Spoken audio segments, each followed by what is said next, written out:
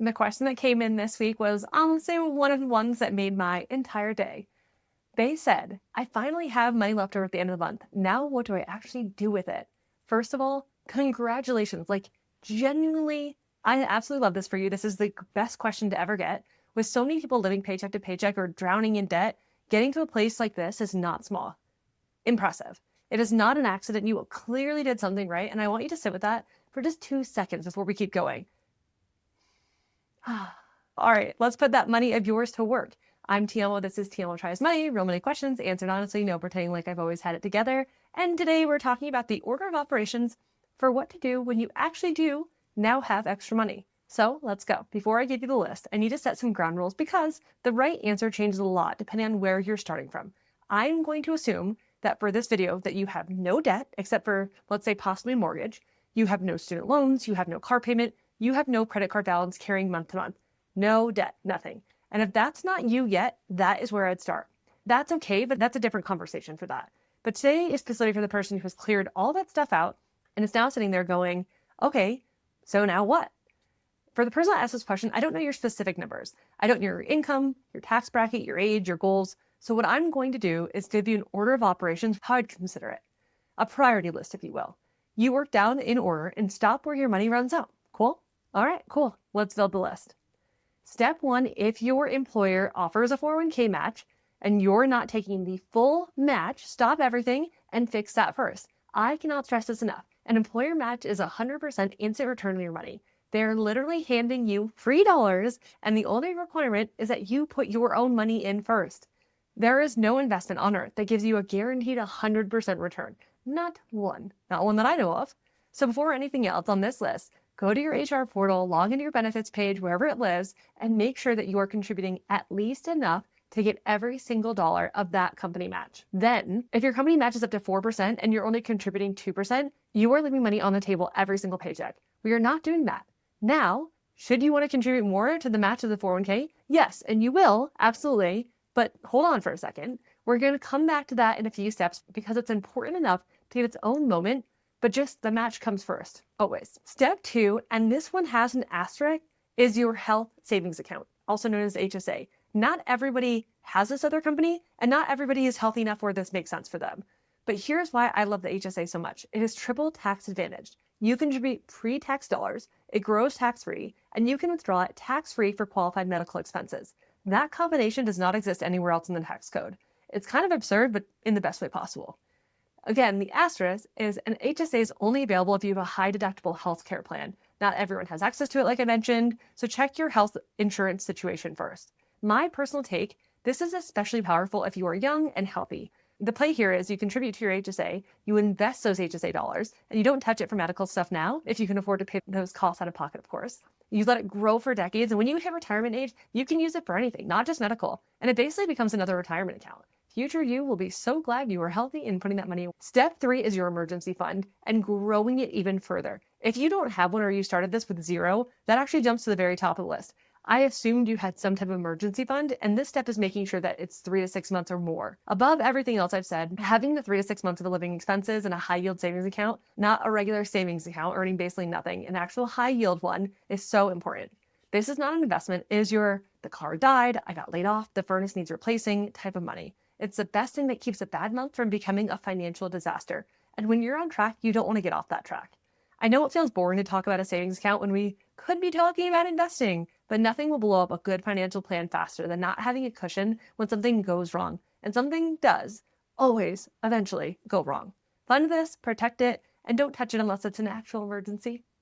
Okay, you've got the 401k match, you have this HSA going, your emergency fund is solid, you still have money left. Ooh, look at you, girl. Now we're getting into the fun stuff. Step 4 is the Backdoor Roth IRA. Always a really weird one to say, and I don't know why we call it that. A Roth IRA is incredible. You contribute after-tax money, it grows completely tax-free, and you pay 0 taxes on withdrawals in retirement. The problem is that there are income limits, which is great when you're making higher income, but if you earn above a certain threshold, you now can't contribute directly. So the Backdoor Roth is the workaround. You contribute to a traditional IRA, no income limit for contributions, and then you convert it to a Roth. It's legal, it's well known, and if you have a CPA, they can probably walk you through it, or most of the main accounts for Fidelity or Vanguard have really easy instructions. Look up the current year's contribution limit, since it does adjust for inflation, and max it out every single year. Let it grow for decades without the IRS touching it. It's one of the most powerful tools in the retirement toolkit, to be honest. I'm going to call this one like Section 5B. Remember in step 1 where I said we'd come back to the 401k? Well, here we are.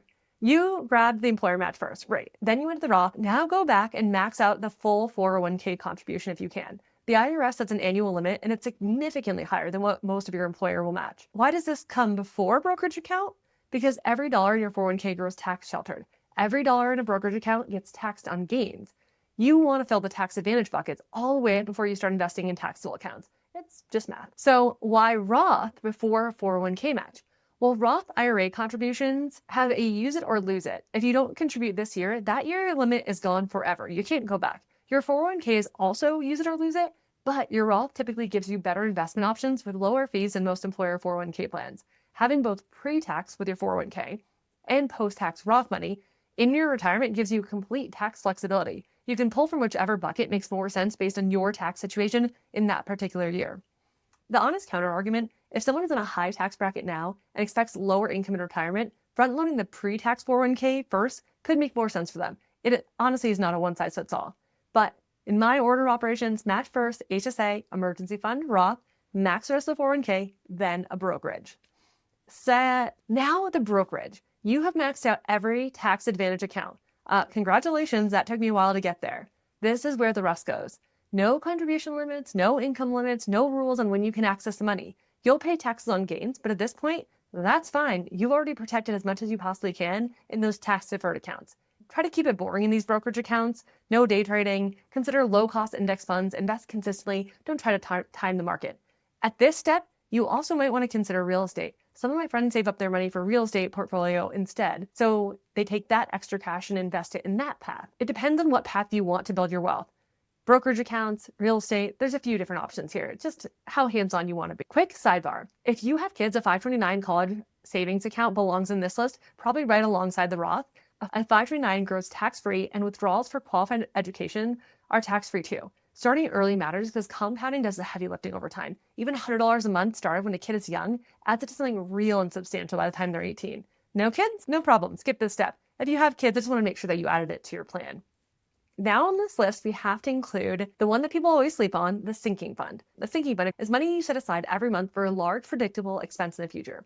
Car replacement is honestly one of the biggest ones. You know your car is not going to last forever. It will eventually die. And instead of being shocked when it happens and panicking about how to pay for a new one, you've been quietly setting aside money for years and you just go buy a new car. Imagine doing that. Imagine doing so great in your money plan that you just have that cash ready to go. No stress, no drama. The same idea can be for home repairs, a vacation, whatever big thing you know is coming.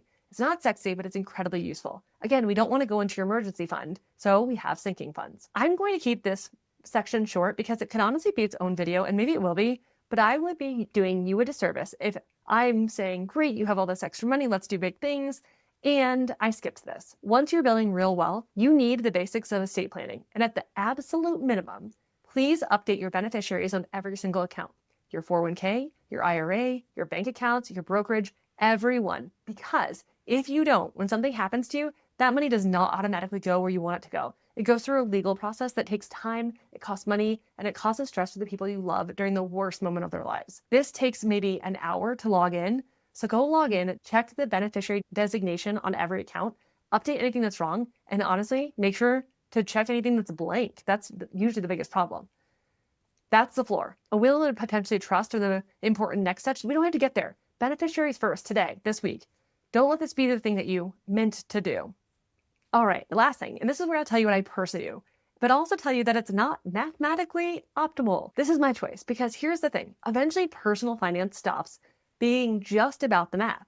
For my primary home, my mortgage is over 6%. On a spreadsheet, you would say, don't pay extra, Tiamo. The market historically returns more than that over time. Invest instead. But I am personally working on paying my primary home off in 10 years instead of 30 because owning it outright means something to me. The peace of mind, the freedom of having no payment on my property, that's real.